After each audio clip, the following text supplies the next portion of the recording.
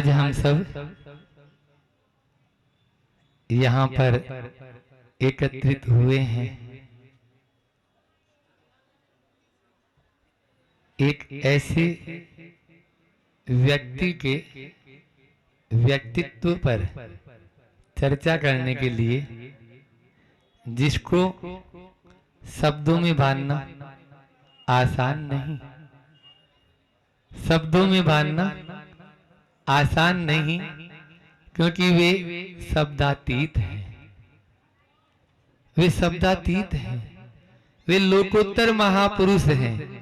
भारतीय वसुंधरा रत्न गर्भा रही है, अनेकों महापुरुषों, अनेकों महान आत्माओं, अनेकों तीर्थंकरों, अनेकों भगवान ने इस वसुंधरा पर जन्म लिया है।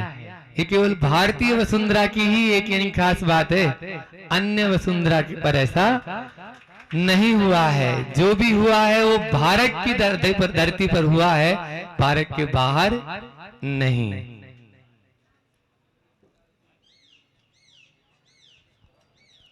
समय समय पर ऐसे ही आत्माओं का जन्म इस धरती पर हुआ, जिन्होंने समसामयिक उस समय की जो परिस्थितियां थी उनसे जनता को त्राण दिलाने के लिए, उनसे जनता को सुख और शांति दिलाने के लिए अपने आप को यहाँ पर अवतरित किया। अमावस्या की ओर बढ़ते ये दिन, काले काली रातें, मौसम भी बरसात का, उस समय भी ऐसा ही था जब भगवान का जन्म हुआ था, तब भी ऐसा ही सब जानते हैं कि किस तरह से भगवान का जन्म कहाँ हुआ। उस समय काली घटाएं और बादल भी खूब ये तो बरस रहे हैं, नदियां भी उफान पर हैं, लेकिन ये सब तो बाहरी है। भीतरी क्या था? भीतरी था कंस की आताताई, जरासंध की वो बिजलियां जो कभी भी बरस जाती थी, दुर्योधन की वो नृशंस व्यवहार जो हर किसी के लिए दुराचार कहलाता था। इन सब से उभारने के लिए, इन सब से त्राण देने के लिए आज के दिन श्री कृष्ण का जन्म हुआ। यह जन्माष्टमी न केवल किसी एक व्यक्ति या किसी संप्रदाय या किसी समाज विशेष से संबंध रखती है, यह जन जन से संबंध रखती है, क्योंकि श्री कृष्ण जन जन के थे। उनके विचार, उनके आदर्श जन जन के, आज भी उनके विचार और उनके आदर्श हमको अपनी इस आत्मा के कल्याण के लिए मार्ग प्रशस्त कर रहे हैं, और हम उन्हीं आदर्शों पर धीरे धीरे अपने आप को आगे बढ़ा रहे हैं। आज उपस्थित हुए हैं हम सब उन्हीं आदर्शों में से। आदर्श का मतलब तो जानते हो ना? आदर्श का मतलब क्या होता है? आईना। आदर्श का मतलब संस्कृत में आदर्श का मतलब दर्पण होता है। क्या होता है? दर्पण। अब दर्पण क्या होता है? दर्पण क्या करता है बताओ? हम सब रोज दर्पण देखते कि नहीं देखते हो? आप लोग देखते हो, हम लोग तो देखते नहीं है। आप लोग दर्पण देखते हो नहीं देखते हो? क्यों देखते हो? दर्पण इसलिए देखते हैं कि हमारे चेहरे पर कोई दाग धब्बा न हो। तो क्या दर्पण आपके दाग धब्बे को पोंछ देता है? बोलो। नहीं पहुंचता है। नहीं महाराज, उसमें देख के हम अपने हाथ से दाग धब्बा अपना पोंछ लेते कि हाँ यहाँ पर कुछ लगा है तो इसको साफ कर लो, नहीं तो लोग क्या कहेंगे। बस श्री कृष्ण का जीवन आदर्श भी यही कहता है कि आप मेरे भीतर झांकोगे तो आपके भीतर क्या क्या बुराइयां हैं, मैं कुछ नहीं बोलूंगा। आपके भीतर क्या क्या ऐप हैं, क्या क्या बुराइयां हैं, ये मेरे भीतर आप झांक के देख लोगे, उसी से मैं आपको मालूम चल जाएगा कि ये मेरे में अवगुण है, मुझे इनसे दूर होना है। यही कार्य उस आदर्श का काम है और इस आदर्श का भी यही कार्य है। इसलिए वो हमारा दांत दब्बा नहीं पहुंचेंगे, हाँ उनकी भक्ति से जरूर यानी जो है कर्म कटेंगे, इसमें कोई दो राय नहीं है। भक्ति भी हम पुजारी बनेंगे तो कर्म कटेंगे, हमारे अवगुण दूर होंगे जब हम पुजारी बनेंगे, भिखारी बनेंगे तो नहीं। आप भगवान के दर पर आओ पुजारी बनकर, भिखारी बनकर नहीं। भिखारी बनेंगे तो कुछ मिलने वाला नहीं है। श्री कृष्ण का जीवन यही बताता है। आज अपन कुछ बिंदुओं पर चर्चा करते हैं क्योंकि समय की अपनी सीमा होती है। हालांकि उनके गुणों को तो अपन जितना चाहें उतना बोलते ही जाएं, लेकिन फिर भी वो बड़े महाराज जी को भी अपन सुनेंगे, एक एक गुण की चर्चा करते हैं।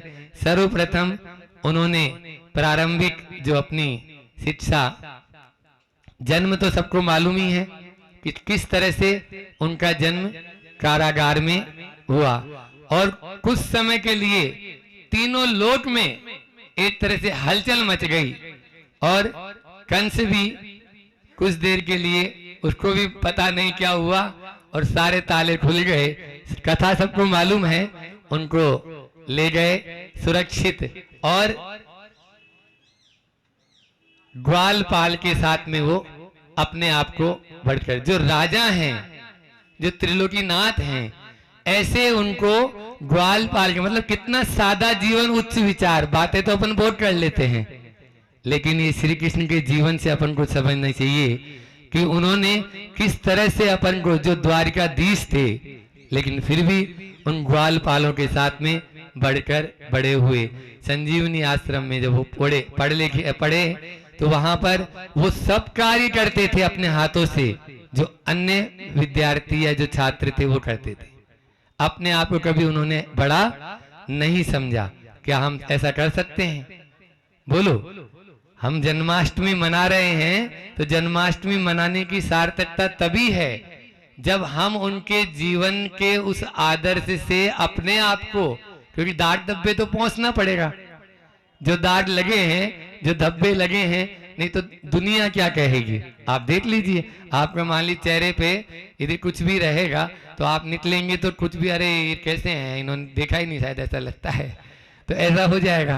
तो हमारे भीतर जो अवगुण है, सामान्य से जिस तरह से अन्य छात्र पढ़ते थे वैसे वे ही रोज प्रतिदिन समिधा लाना, रोज अपने गुरु की सेवा करना, रोज प्रतिदिन जो सारे अपने साफ सफाई, बुहारी, झाड़ू सब अपने हाथों से करते थे, सब अपने हाथों से करते। क्या ऐसा जीवन, स्वावलंबी जीवन? आज मोदी जी तो बोल रहे हैं कि स्वावलंबी बनो। स्वावलंबी होना होगा। आपको यदि स्वस्थ रहना है, आपको यदि भारत को ऊंचा उठाना है, आपको यदि वापस भारत को विश्व गुरु बनाना है तो स्वावलंबी बनना जरूरी है। आज हम 2 पैसे की नौकरी के पीछे अपने आप को बेच देते हैं। पहले ऐसा नहीं था। पहले सब काम स्वयं करते थे, तभी ही सोने की चिड़िया पुनः भारत बन सकता है। श्री कृष्ण के इस आदर्श को हम समझें कि अपने आप को हम स्वावलंबी बनाएं, हम दूसरों के पराश्रित न हो। जो ये नौकरी करने की जो परंपरा है, ये हमारी परंपरा नहीं है। आज बस पढ़ लिख जाएं, क्यों? नौकरी कर लेंगे। इसके माध्यम से हमारा अहित हो रहा है। अहित हो रहा है तो निश्चित रूप से आपका अहित होगा, परिवार का अहित है, परिवार का, समाज का अहित है, समाज का अहित है तो राष्ट्र का अहित है। राष्ट्र का हित सोचना है तो हमें श्री कृष्ण के इस आदर्श को समझना होगा। आगे बढ़ते हैं। जब बड़े हुए, द्वारिकाधीश बन गए, इधर सुदामा की हालत गरीबी की आ गई।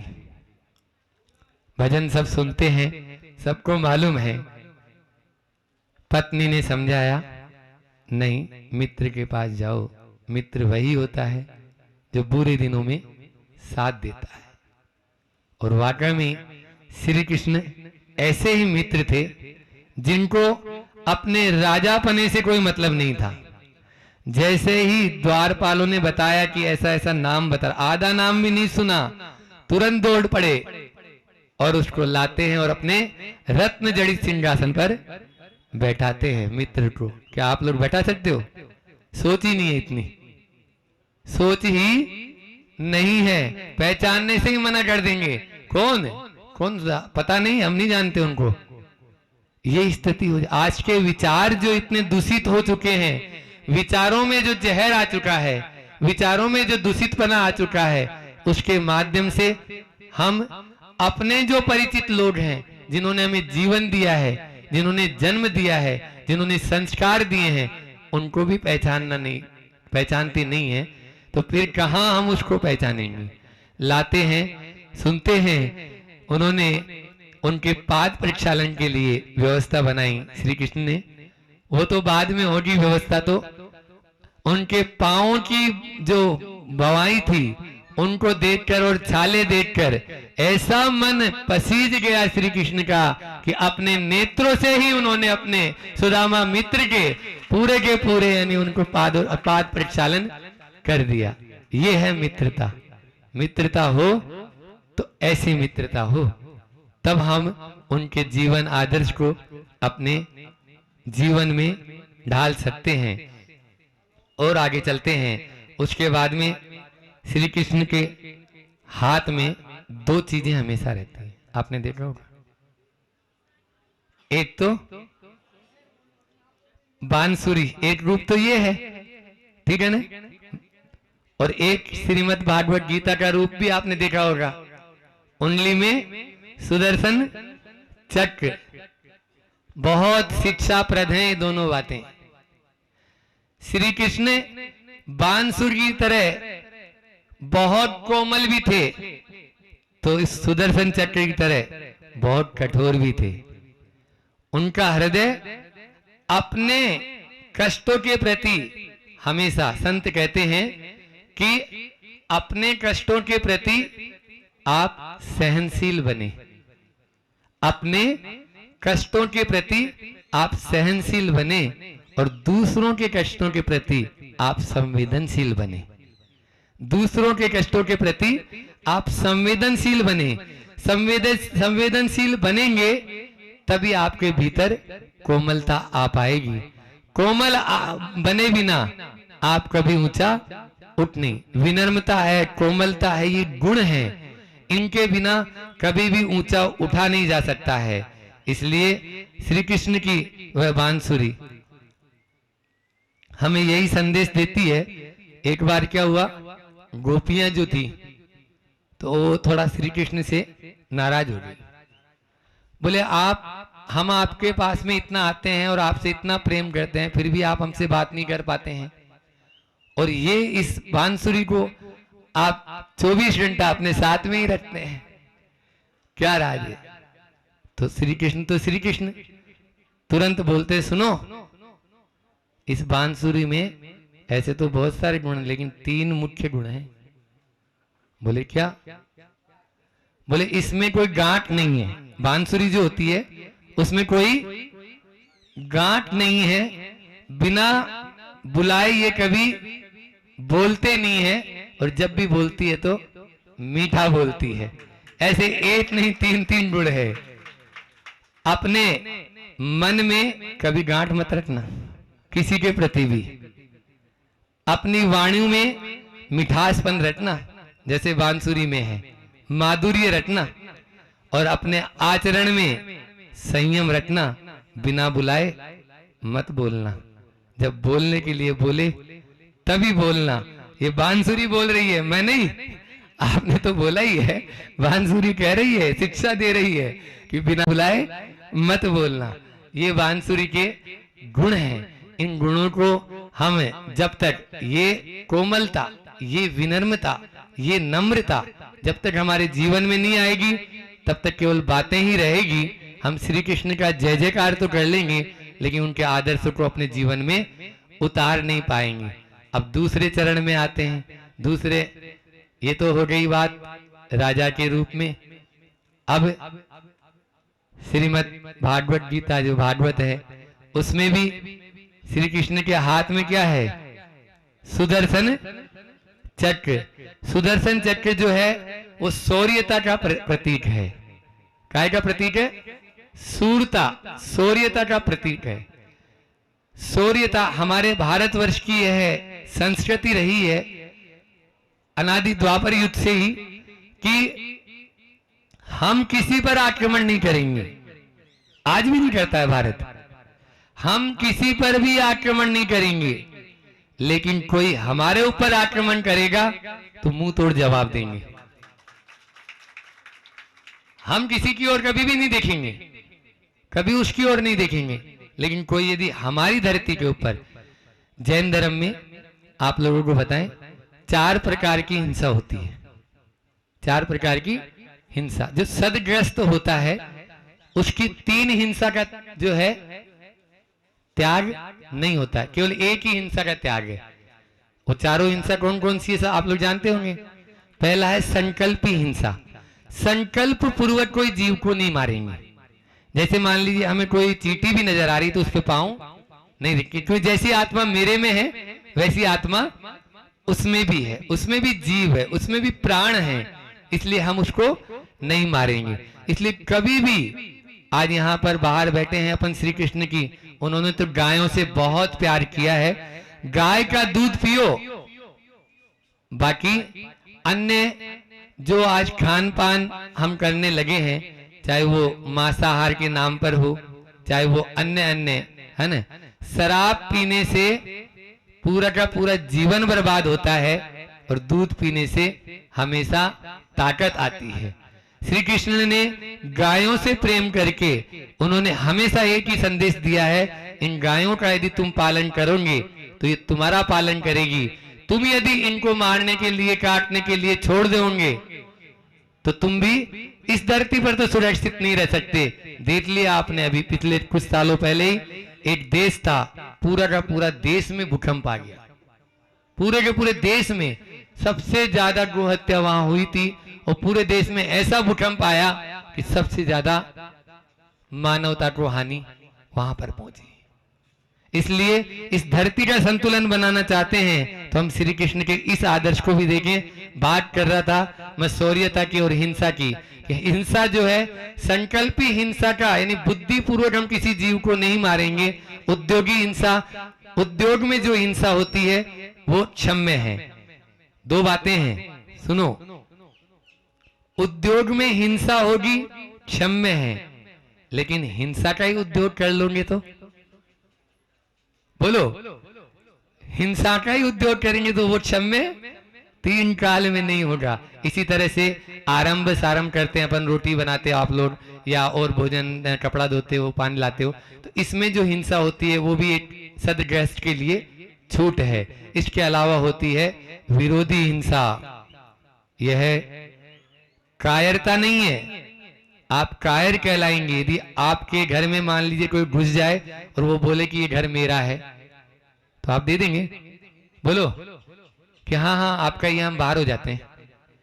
नहीं, आप विरोध करेंगे। हम लोग नहीं करेंगे, हम दोनों, क्योंकि हम महाव्रत को अंगीकार कर चुके हैं। हमारे ऊपर कोई कितना भी उपसर करेगा, कोई हमें बोले नहीं यहाँ नहीं आप बैठ सकते, यानी कुछ करेंगे तो हम उसमें भाग नहीं ले सकते हैं, वहां पर हम उसका प्रतिकार नहीं कर सकते हैं। लेकिन आपके लिए ये प्रतिकार के लिए कहा गया है। यदि आप मान लीजिए उसका प्रतिकार नहीं करेंगे तो आपके ऊपर, आपके धर्म के ऊपर, आपके समाज के ऊपर और आपके राष्ट्र के ऊपर खतरा है। आज यही हो रहा है, किसी को कोई मतलब नहीं है। वो क्या हुआ, मुल्ला नसरुद्दीन थे, जहाज में सफर कर रहे थे। अब जहाज में छेद हो गया, जहाज में छेद हो गया तो किसी ने बोला मुल्ला उठो, जहाज में छेद हो गया, पानी आ रहा है। थोड़ी देर नींद खोली, फिर वापस खर्राटे बढ़ने लगा। फिर से थोड़ी देर, भैया पानी बहुत ज्यादा आ गया है जहाज में, जहाज डूब जाएगा, उठो। फिर देखा उसको, फिर वापस सो गया। अब तीसरी बार उसको फिर लाया, अरे उठ भैया पानी पूरा डूब जाएगा जहाज ही। बोले क्या जहाज मेरे पिताजी का है क्या, डूबे तो डूब जान दो। आज के बहुतेरे लोगों की स्थिति यही हो रही है कि भारत क्या मेरे पिताजी के हैं क्या, भारत जा रहा है तो जाने दो। एक एक व्यक्ति यदि यही बात सोचेगा, यही बात अपने मन में आएगी, तो हम कैसे भारत को वापस प्रति भारत बना पाएंगे, प्रति भारत बना पाएंगे? तभी बना पाएंगे जब हम भारत को अपना मानेंगे, जब हम समाज को अपना मानेंगे, जब हम धर्म को अपना मानेंगे, तभी तो आगे बढ़ पाएंगे, नहीं तो नहीं बढ़ पाएंगे। अरे अब डूब रहा है तो डूबने दो, तो ये तो स्थिति यानी जो है ना वो वाली मुल्ला जी की जैसी है वैसी हो जाएगी, गड़बड़ हो जाएगा। इसलिए सुदर्शन चक्र का मैं बता रहा था, भारत में भी आपको बताएं सुरक्षा जो है विभाग की है, रक्षा विभाग की यहाँ पर व्यवस्था है, आक्रमण विभाग की व्यवस्था नहीं है। हमारे यहाँ आक्रमण विभाग नहीं बनाया जाता, हमारे यहाँ रक्षा मंत्री रक्षा विभाग की व्यवस्था होती है। तो ये विरोधी हिंसा के लिए ही बताया गया कि कोई हमारा यदि विरोध करेगा तो हम उसका जरूर जवाब देंगे। श्री कृष्ण ने वही किया, श्री कृष्ण ने कंस को भी बहुत समझाया, जरासंध को भी बहुत समझाया, शिशुपाल को भी बहुत समझाया, सबको समझाया, दुर्योधन को भी। अंतिम युद्ध के पक्ष के कभी नहीं थे श्री कृष्ण, ये और बता दूं आपको, युद्ध के पक्ष के कभी नहीं रहे, वो शांति के दूत थे। श्री कृष्ण युद्ध के पक्षधर नहीं रहे, वो शांति के दूत थे।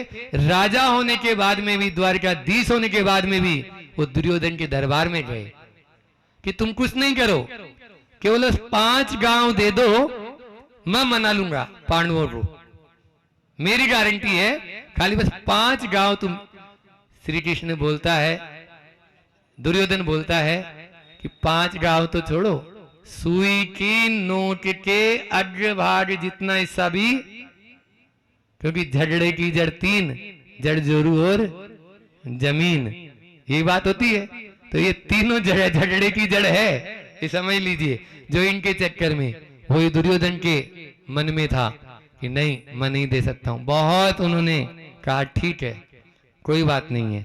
अब यदि ऐसी बात है तो युद्ध ही होगा। अब हम तो चाहते थे, क्योंकि युद्ध सर्वनाश के कगार पे चला जाता है, उसमें केवल मात्र हानि ही होती है।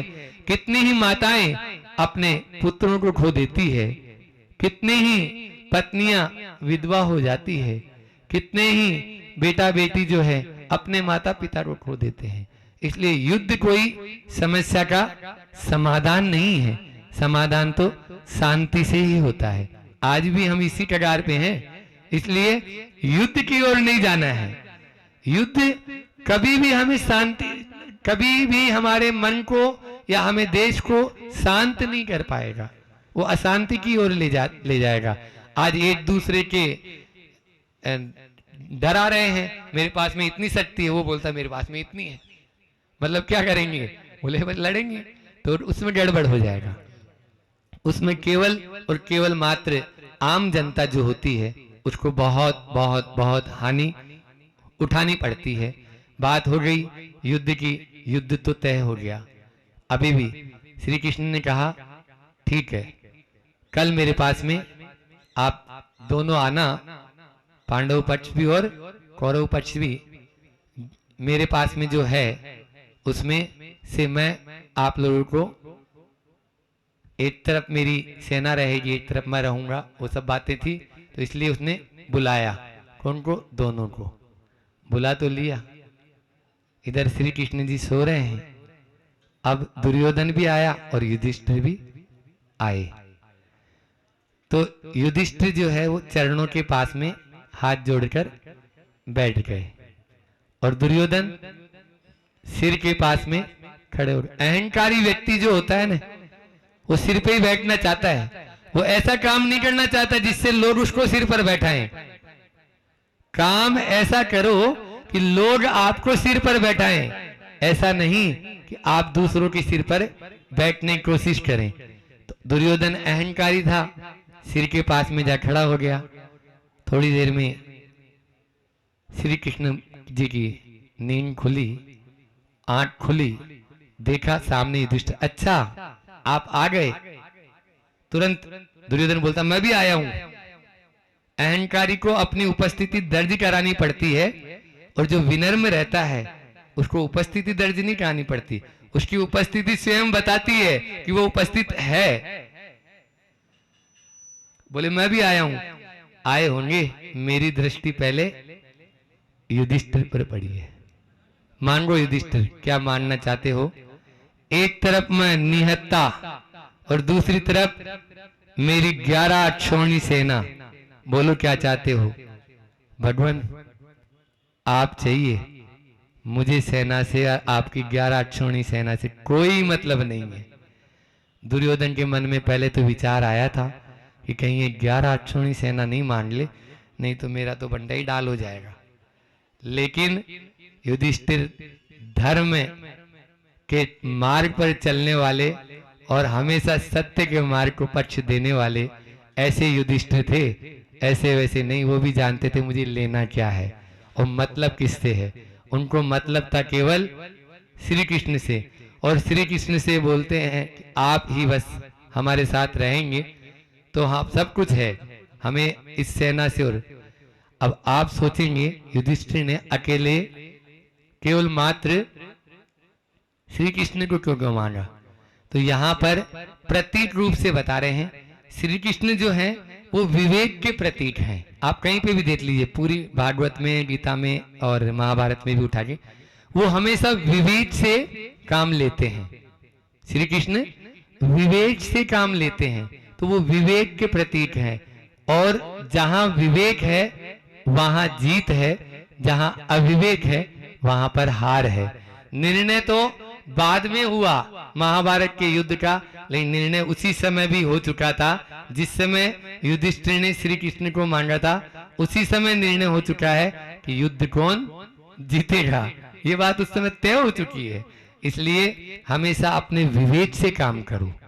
विवेक यदि विवेकहीना पशु भी समाना, यदि विवेक से हीन हो गए तो पशु के समान हो गए। इसलिए विवेक होगा तो हम अपने आप को मोक्ष मार्ग तक की ऊंचाइयों तक पहुंचा सकते हैं, और विवेक नहीं होगा तो कब सड़ जलकर हम यानी यहाँ कीचड़ की तरह हो जाएंगे, कोई पता नहीं चलेगा। इसलिए और ये जो 11 जो अक्षौणी सेना है ना, तो ये 5 कर्मेंद्रिय, 5 ज्ञानेंद्रिय और 1 मन, इनके वश में जो होगा उसका वही हाल होगा जो दुर्योधन का हुआ है। इसलिए आप इन 11 के चक्कर में कभी भी मत पड़ जाना, इन 11 को छोड़ने की कोशिश करना। इंद्रियों के वश में जो भी हुआ है आज तक वह संसार में ही रुला है, और इनसे ऊपर पर चढ़ गया और विवेक को इस्तेमाल कर लिया तो वह श्री कृष्ण की तरह संसार से भी पार हो जाएगा।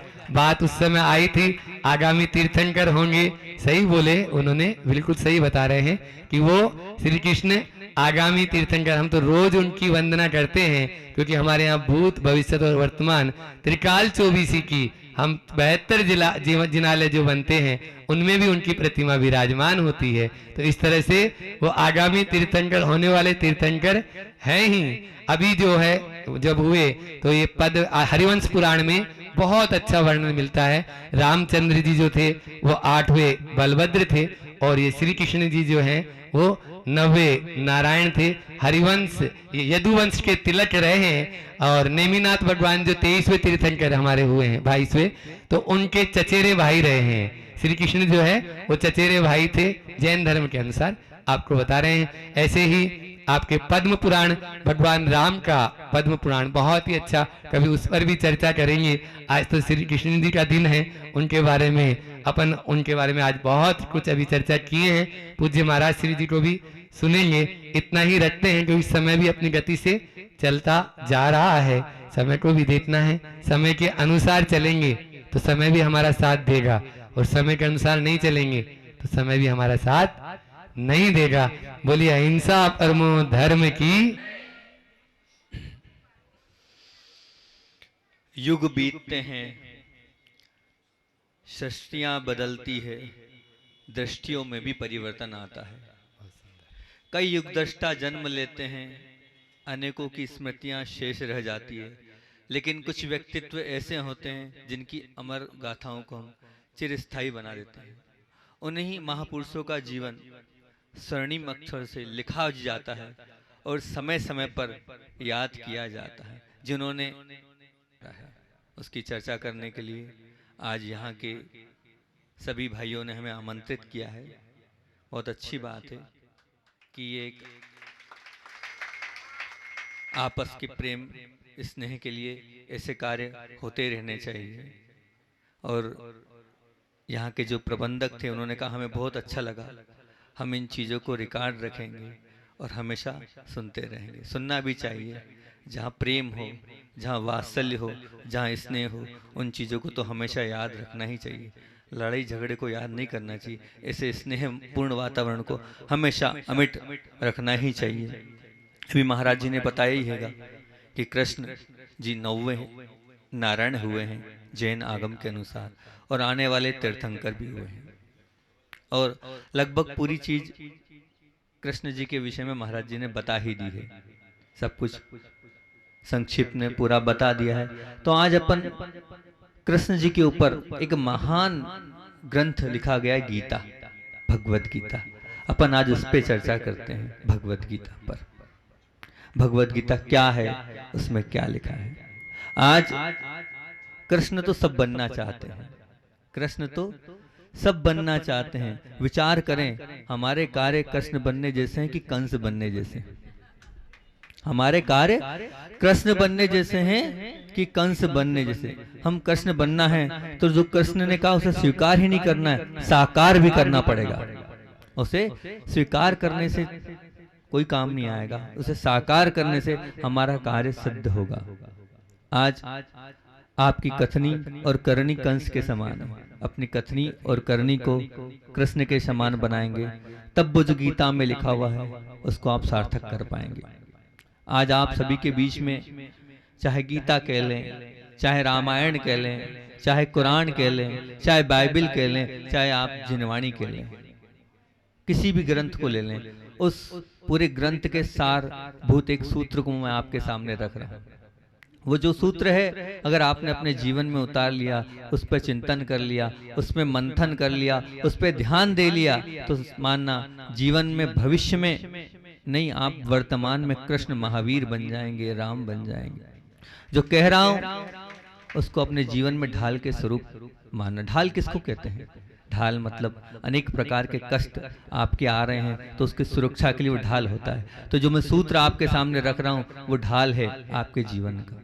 वो आपको हमेशा बचाएगा, वो आपको आदर्शमय जीवन जीने को शिक्षा देगा। आदर्शमय मतलब क्या? जिसको देखकर दुनिया आपके पीछे भागे और आपसे कुछ सीखे और आपका अनुसरण करे। वो आदर्शमय जीवन उस भगवत गीता के सार रूप स्वरूप हम आपको बताना चाह रहे हैं। वो आपकी प्रसन्नता, स्वस्थता और समता का मूल आधार होगा। उस सूत्र को आप ध्यान से सुनना। पूरे वांग्मय का वह सार है। क्या है? पूरे वांग्मय का वह सार है। जब अर्जुन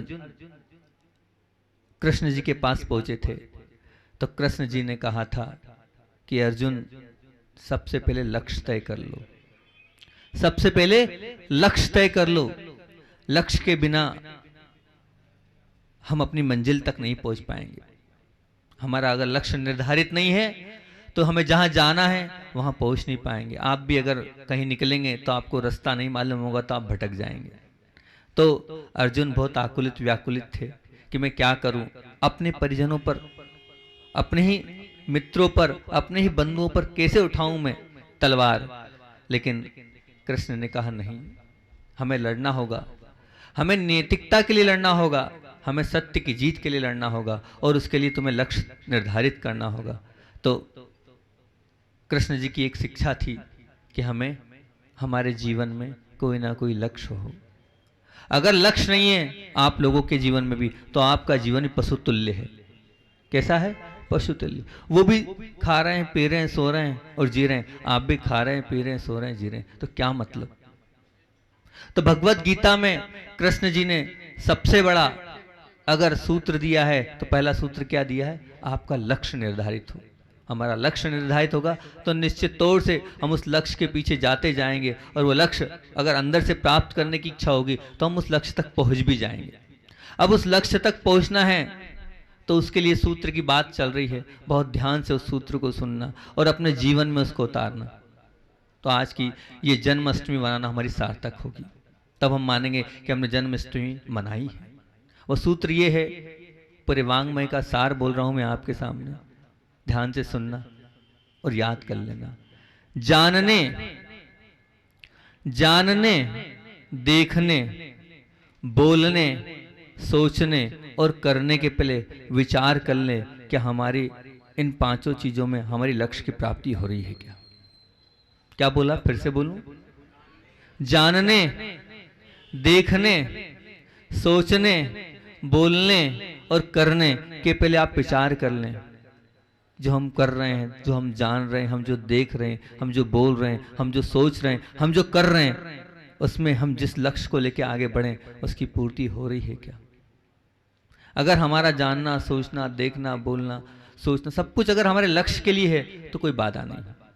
अगर लक्ष्य को लेकर नहीं चलेंगे तो हम अपनी मंजिल तक नहीं पहुंच पाएंगे। पूरे गीता में हम उठा के देखेंगे तो इन 5 बिंदुओं पर विशेष जोर से, विशेष तौर से अलग अलग कारिकाओं में कहा गया है। उस पूरी गीता का सार इन 5 चीजों में आ गया है। देखना, जानना, बोलना, सोचना और करना। इसके बहिर्भूत कुछ नहीं है। ये पूरा संसार इन 5 चीजों पर टिका हुआ है, देखने, जानने, बोलने और सोचने और करने पे। तो अपन चलते हैं, सबसे पहले तो जानते हैं क्योंकि आपके पास मन है। इस मन के माध्यम से हम जानने का प्रयास करते हैं। लेकिन आप क्या जान रहे हैं? जानना तो आपका स्वभाव है, ज्ञान दर्शन आत्मा का स्वभाव है। क्या जान रहे हैं? उस जानने से, मान लो आपको कृष्ण बनना है तो कृष्ण जी कैसे बने थे उसके विषय में जाने आप। अगर आप अभी हाल एक छात्र हैं तो छात्र का क्या लक्ष्य होता है कि हमें अच्छे से पढ़ना है और पढ़ाई कर कर कुछ ऐसी समाज के बीच में प्रस्तुति करना है, परिवार के बीच में प्रस्तुति करना है कि हमारा नाम पूरे देश में हो, पूरे समाज में हो। तो लक्ष्य हमारा क्या है? पढ़ाई का। अब आप विचार करें कि आपका लक्ष्य पढ़ने का है, आपका लक्ष्य कुछ प्राप्त करने का है, कोई डिग्री प्राप्त करने का है, तो आप उस विषय में, उसके विषय में जान रहे हैं कि नहीं जान रहे हैं? उसकी ओर आप झांक रहे हैं कि नहीं झांक रहे हैं? उसमें आप अंदर घुस रहे हैं कि नहीं घुस रहे हैं? विचार करें आप। जानना तब सार्थक होगा जब आप लक्ष्य की ओर जा रहे होंगे।